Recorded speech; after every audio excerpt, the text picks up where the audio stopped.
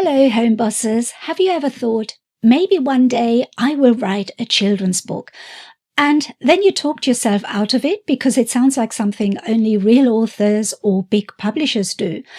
I used to think that too. I started with simple, low content books on Amazon, and low content books are books that you don't have to write, things like planners, notebooks, journals. So they don't have much content in them. That's why they're called low content. And you kind of design them rather than write them. So they're quite easy to do. And I was doing that. And then one day I realized that the books I had been reading to my kids for years were actually the perfect next step for me as a self-publisher. And in this video, I will show you how I went from low content books to my first children's picture book, what the children's book market actually looks like in numbers, and how much some of these books are making on Amazon, and how you can sell them organically without spending a penny on ads. Obviously, if you can run ads, so much the better, but you can do it without ads. And at the end, I will also tell you about my children's book courses and a Black Friday offer that is running right now in case you want help taking that next step. So let me take you back a few years.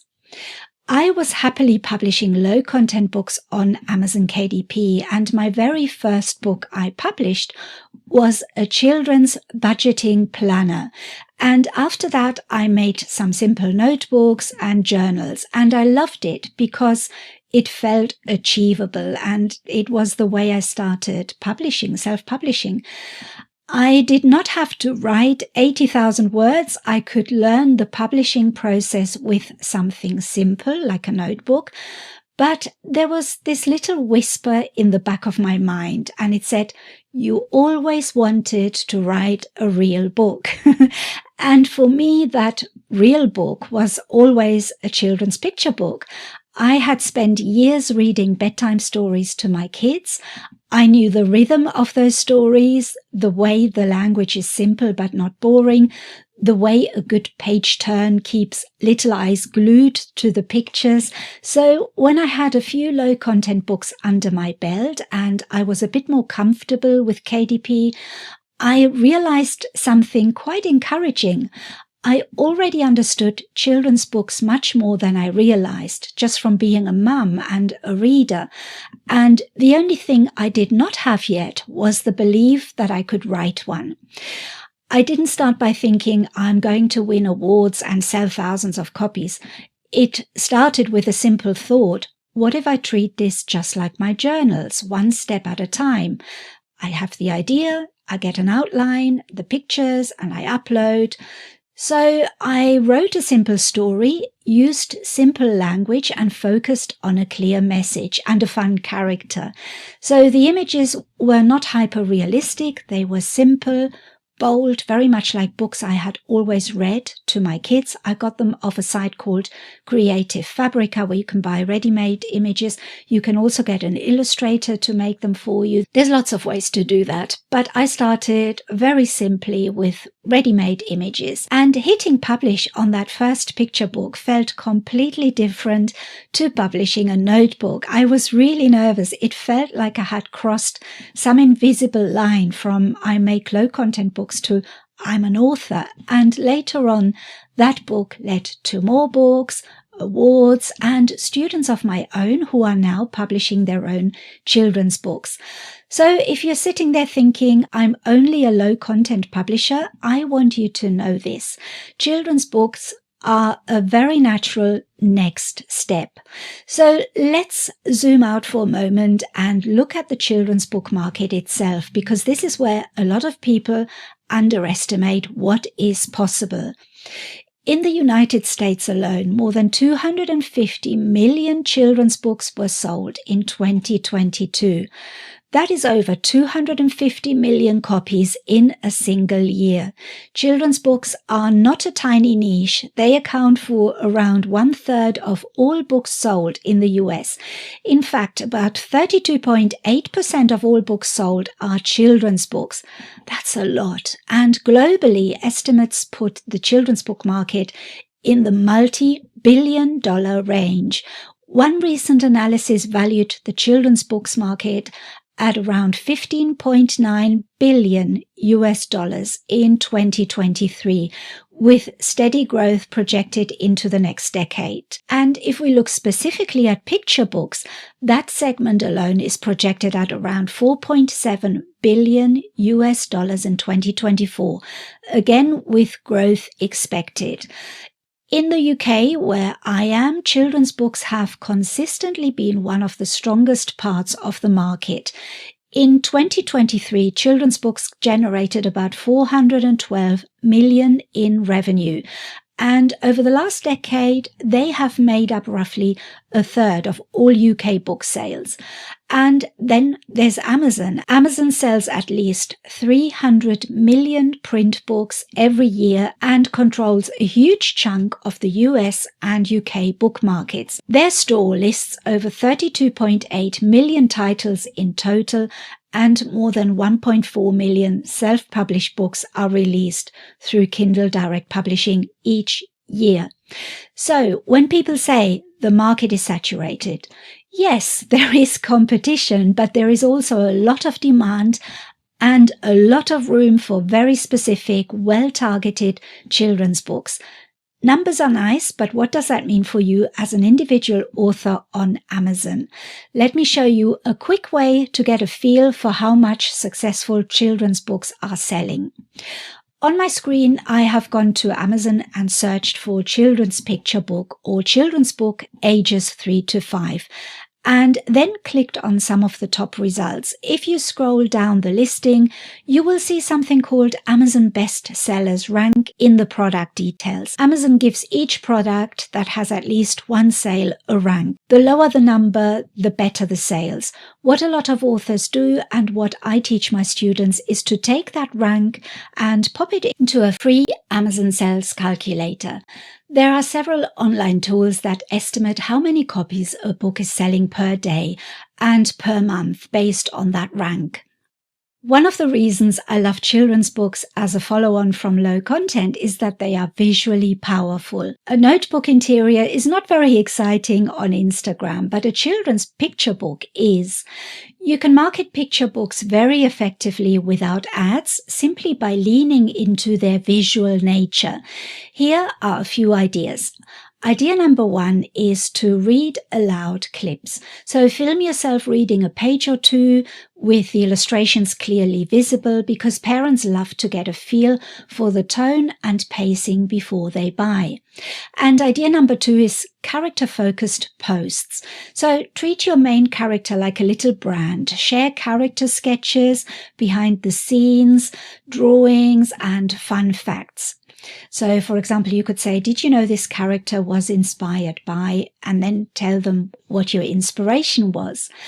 And idea number 3 is theme-based content. If your book is about kindness or confidence or bedtime routines, starting school, whatever the topic is, create short tips or posts around that theme and occasionally show the book as a helpful tool. So you could have a whole Instagram account about the character in your book. So tip number 4 is user-generated content. I hear that all the time, UGC, user-generated content. And I didn't know what that was, but I found out that this is content generated by your buyers. So, for example, all the Amazon reviews that you see on Amazon, where you see video reviews about a product, for example, that is user-generated content. Now, people could do that for your books, and they can also do that on your social media. So encourage parents to share photos of their children reading your book, or pictures of kids coloring an activity page if your book has one, or of themselves reading the book to their children. And if you do that, always ask for permission and then reshare on your social media. And idea number 5 is school and library outreach. Many children's authors do very well by visiting schools, doing storytime sessions, or offering free virtual readings in exchange for book orders. Those events can drive a lot of organic word of mouth, and some authors do very well with them. And idea number 6 is bundles and series. Once you have more than one book, you can promote them as a series or a bundle. And I don't know if you remember seeing things under Amazon, under a listing, it says, readers that bought this also bought, and then they have other books listed there. So people like that kind of thing. So you can do that on your social media as well. And parents like having, if you like this, you will also like that, another book of yours. So this is really good if you have lots of books. If you have 3 or 4 books, you can start doing this. And that is quite an effective way to get people to read your books. And all of this can be done with very small audiences. You do not need 1 million followers to sell children's books. What you do need is you need to be clear who your audience is. So a clear message and consistent, visually engaging content is important. And remember, for example, on TikTok, you don't even need many followers because you can have 1 follower, but 1 million people can see your video without being followers. That's how a lot of people get very successful on TikTok with their books. And it's very easy to create content for TikTok. You don't even have to show your face. So that is something, if you want, I'll make another video on that. And just like with low content publishing, the biggest shift for me was moving my mindset. So instead of thinking this market is saturated, it will never work, I thought, this market is busy because there is a huge demand and I only need to reach my small slice of readers. So if you shift your mindset to thinking that way, it really helps. And I've sold a lot of children's books, so it works. And after this video, I will link a video I made quite a while ago just to show you what kind of figures you can get by creating children's books, and I show you what I made from mine. So if you are watching this and thinking, I would love to do this, but I have no idea where to start, then this is exactly why I created my children's book courses. And I take you through the whole process from idea, story structure, character creation, and illustration options, all the way to formatting and publishing on Amazon. And many of my students have gone from, I don't think I can do this, to holding their first published children's book in their hand. And some of them have even gone on to win awards, and I'm super proud of them. And because it is Black Friday season right now, everything on my website, including my children's book courses and guides, is 30% off until the 3rd of December 2025. So all you have to do is go to my website, choose the course you want, and use the coupon code Black Friday 2025 at the checkout. And I will actually leave a link below this video to the website where the code is already included. And if you're watching this video after Black Friday, I'm sorry, this deal is gone, but there's always new deals. And if you want to find out if I have a deal running, just email me on my email, info@thehomeboss.com, and I'll let you know if there's a deal. I often run discounts, so there's always a chance that you can catch one. And if a children's book has been on your heart for a while, this might be the perfect little nudge to finally get started. So that is how I went from low content books to my first children's picture book, and why I think children's books are such a natural next step, and why the market is still full of opportunity if you're willing to learn and publish strategically. So if you found this helpful, let me know in the comments. What kind of children's book would you love to create? And if you have enjoyed this video, please hit the like button, as this really helps me create more of these videos for you. And if you want to see more of these videos, feel free to subscribe, ding the notification bell, and hang out with me here on the channel.